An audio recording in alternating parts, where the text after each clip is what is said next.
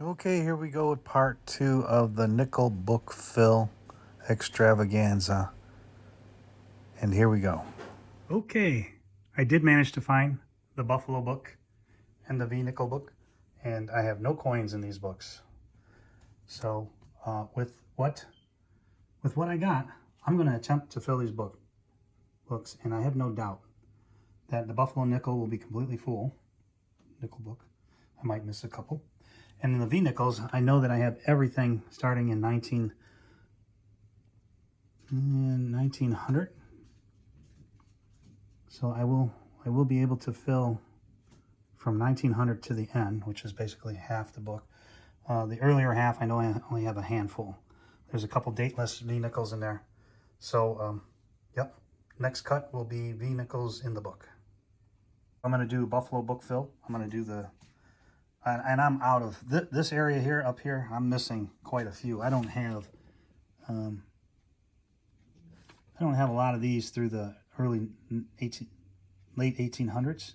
I have everything from 1901 to 1912, but none of these are in really great shape. They don't have, the Liberty across the headband. I do have one that's in really great shape here. After going through all this 1883 Philadelphia, full headband Liberty. That is the best V nickel I have out of the bunch. So it's not going to be a book filled with great coins, but I think I can pretty much run the gamut of filling it completely. I even got a couple of these shields here in 1867, and I believe this is in 1883 or 1888. Really damaged condition, both of these. But I can say I got some, so all right. Wish me luck. Okay. Well, that was interesting. As predicted, I pretty much filled this side of the book up, and I've got a lot of holes at the beginning. I had 21 of 33 Liberty head nickels in the book. 12 left to fill, mostly on the first page and a couple on the second page. My best coin is the 1881 or 1883.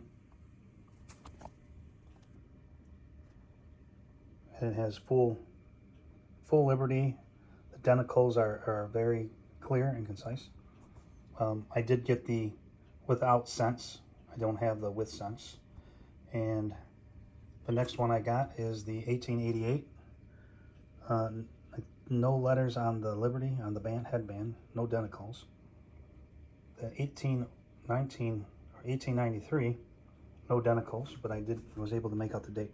This 1894, I'm taking a stab at it. It looks like a 94 if you look at it in the right light. The 994 is clearly worn off. No denticles. 1897, clear date. Partial denticles. A couple letters in Liberty might be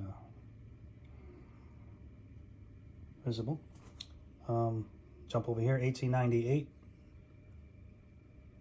1899 with denticles and some letters on the headband. 1900, no denticles. 1901 shows a few denticles and some of the letters in Liberty.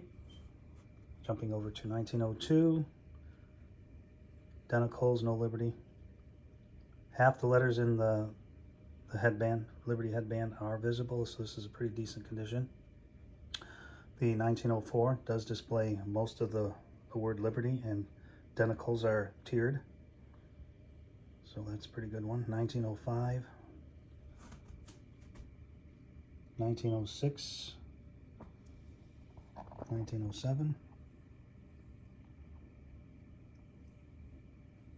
Words, the Liberty is visible. Denticles are partially visible. Tiered denticles and the full Liberty on the 1908. 1909, partial Liberty, partial full denticles, but slightly tiered. 1910, half the letters in Liberty are visible. 1911, just a couple letters are breaking through. Mostly worn on the rim, denticles are still showing. The rim is half worn on this 1912. A couple letters in Liberty are partially visible. And this 1912 Denver Minute is the most expensive coin out of the bunch. I think maybe this one is too. The 1883. It's the oldest, first year, first run. So it's got a couple, and I'd say it's in fairly decent shape. But that's it. That's my book fill on the V nickels. So here's what's left over. The dateless V nickels, 1898, 99, and then 1900 all the way through 1912.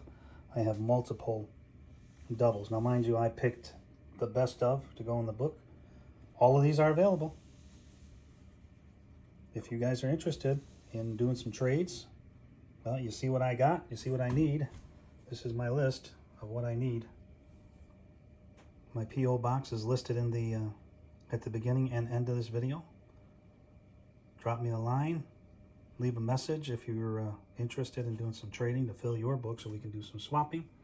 Yeah, there's quite a few here to do some trading with. I would do 2 for 1. If you're giving me a coin to fit this side of the book, I would do 2 or 3 to 1 if you're interested. So yeah, that's my book fill. Woohoo! All right, so as I continue to plug away, I found another book that I bought last year at a coin show. I wasn't sure if I had a book to use, and I did. So I had this book, which I hadn't used yet or put anything in it. And so when I was at a coin show, he had a price tag of like $5 on it or something. And yeah, so got a pretty good deal on that, $5 for this book, and it had all these coins in it already. So I will attempt to fill this book and this book with the coins I've got.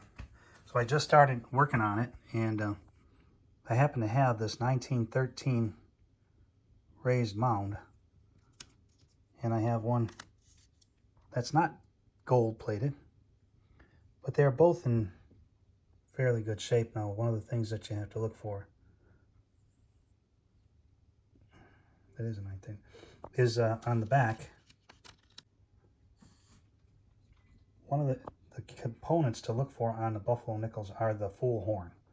So that horn is in pretty good shape. That's the raised mound.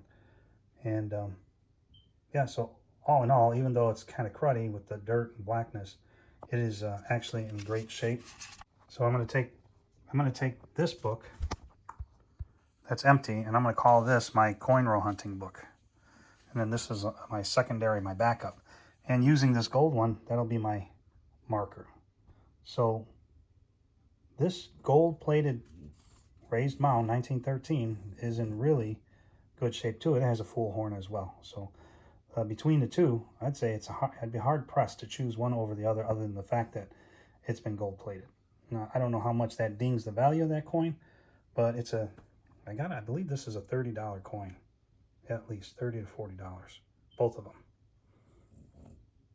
They're all 1913 raised mounds, and you know, I got full horns pretty much on the 2 that I put in the book, and there's 2 here, and I believe I sold one on eBay last year for $45. So I got a pretty good deal on that. I got all of these tubes filled with Buffalo nickels, and this whole tube right here, those are all dateless Buffaloes, but they have the raised mound. So I do know that those are 1913s, first issue.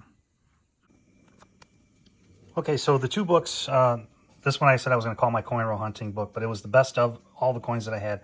Some were purchased at a pawn shop.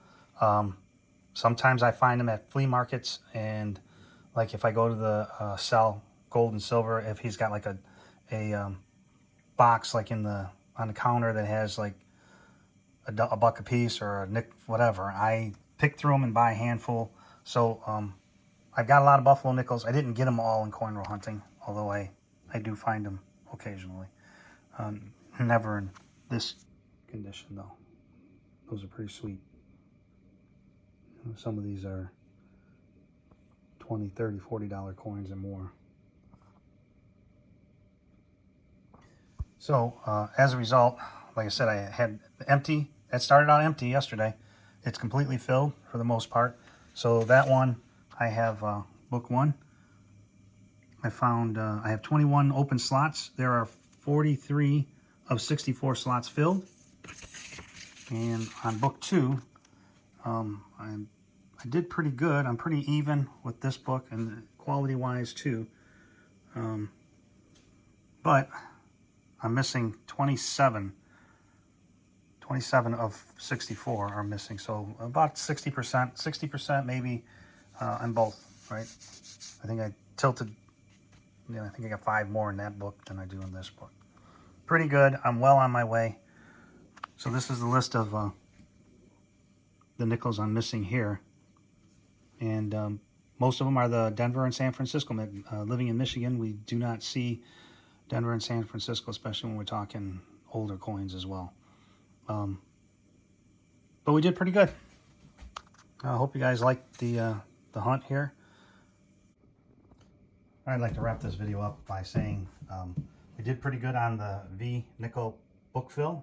I have 3 tubes of V nickels left over, and I believe I did 21 of 33, so it's 60% filled. This book was 57%. This book was 63% filled. I have 43 of 64 in book 1 and 37 of 64 in book 2. These are all the dates that are missing in my books. You'll notice that mostly Denver and San Francisco minted buffalo nickels are what I'm lacking.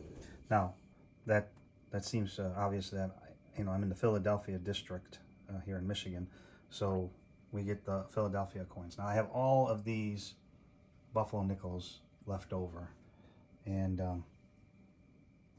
some of these are, there's 15 and 16. I just put like the last date that's on top or on the bottom, and so there's 25s and 24s in between, an abundance of late 30s. So if you guys are interested in doing any trading, just leave a message below or drop me a line on my post office box. I can cut you a deal if you want to send me a nickel that I don't have in the book, and I will send you back 2, or send me a list of what you need, and I'll try to fill out. I'll do a 2-for-1 or 3-for-1 trade. I have a big abundance. Of course, it all depends on the rarity or scarcity of the coin as well, or condition. So yep, got a lot left over. I guess I was overestimating my pile here. I thought I had a chance of filling these books at the beginning when I opened this video, but as you can see, yeah, that didn't happen. I did find a lot, and I did get I put some good ones in here. Some of these are in decent condition, and I do have extras in this type of condition as well. Well, maybe we can cut a deal. So when I search nickels, I rarely find buffalo nickels. If I do, it's usually a 35 or a 34 or something pretty common. So I doubt that I'll be able to fill these books coin roll hunting. So now that I know what my list is, I'm going to take these lists with me the next time I go to coin shows and seeing if I can fill a couple slots, punch some holes out. Anyway, thanks for coming, checking out my buffalo book fill and my V nickel book fill. Let's just pop that open real quick. Like I said, the early dates I had struggled with, but I pretty much filled up the last page, and I'm only missing, again, mostly key dates. Right? What is that? Can't read the light glare. Terrible lighting here. But like I said, I have extras. Same thing, same deal. If you see anything on this list that you can fill, and you need something that's not on this list, I have it. I probably have it now. The V nickels, one of the main indicators of the condition or grade is the word Liberty in the headband. I thought it would be good to take a minute and review the grading scale and some of the features of the V nickel or Liberty nickel. In the first year, they had, as you can see, the top one without cents and then with cents. So when we talk about the without or without cents, that's what we're describing. It only happened in the first year, 1883. So the cents appeared on all the nickel coins after 1883. So the conditioning, G4 No details in head. Liberty obliterated. VG, very good. Some letters in Liberty are legible. That describes about 80% or 90% of what I have left over. Only partial Liberty in the headband. And then, as we saw in my video, I believe I only have 2 coins that would qualify as F12, showing all the letters in Liberty are legible. So then the conditions go up from there. Liberty is bold, including the L. EF40, Liberty sharp, coin grains at bottom of wreath are visible on the reverse. Traces of light wear only on high points of design. MS60, no trace of wear. So that's a little bit on the grading for the V-nickels. Let's look at the Buffalo. Okay, determining the grade or estimating the grade of your Buffalo nickels. G4, legends and date readable. Buffalo horn does not show. So you got to look at the front and back. The horn on the rear is completely worn. VG8 is very good. Horn worn, nearly flat. So it's kind of there, but it's flat. The horn and tail are smooth but partially visible, averse, and rim intact. That's F12. VF20, very fine. Much of the horn is visible. Indian's cheekbone is worn. EF40, extremely fine. Horn lightly worn. Slight wear on Indian's hair and ribbon. So I think a lot of my coins are falling between VG8 and EF40 that I put in the book, but all my extras are probably, the bulk of them are in VG8 to G4 range. The dates on many of the coins are only partially visible, but enough to make out. You would have to be pretty much in great condition to get AU50 or above. All right, so that's it for the part 2 of the nickel book fill. And those were my stickers. This is my Facebook coin roll hunting site if you want to share stories and pictures. And if you want to get in on a trade, I will also include a channel sticker. Write to me at Coin Mojo, P.O. Box 147, Gregory, Michigan 48137. Don't forget to like, subscribe, hit that bell to get all notifications of future videos. I want to thank you guys for coming in and checking out my video and letting me share my collection with you. Coin Mojo out.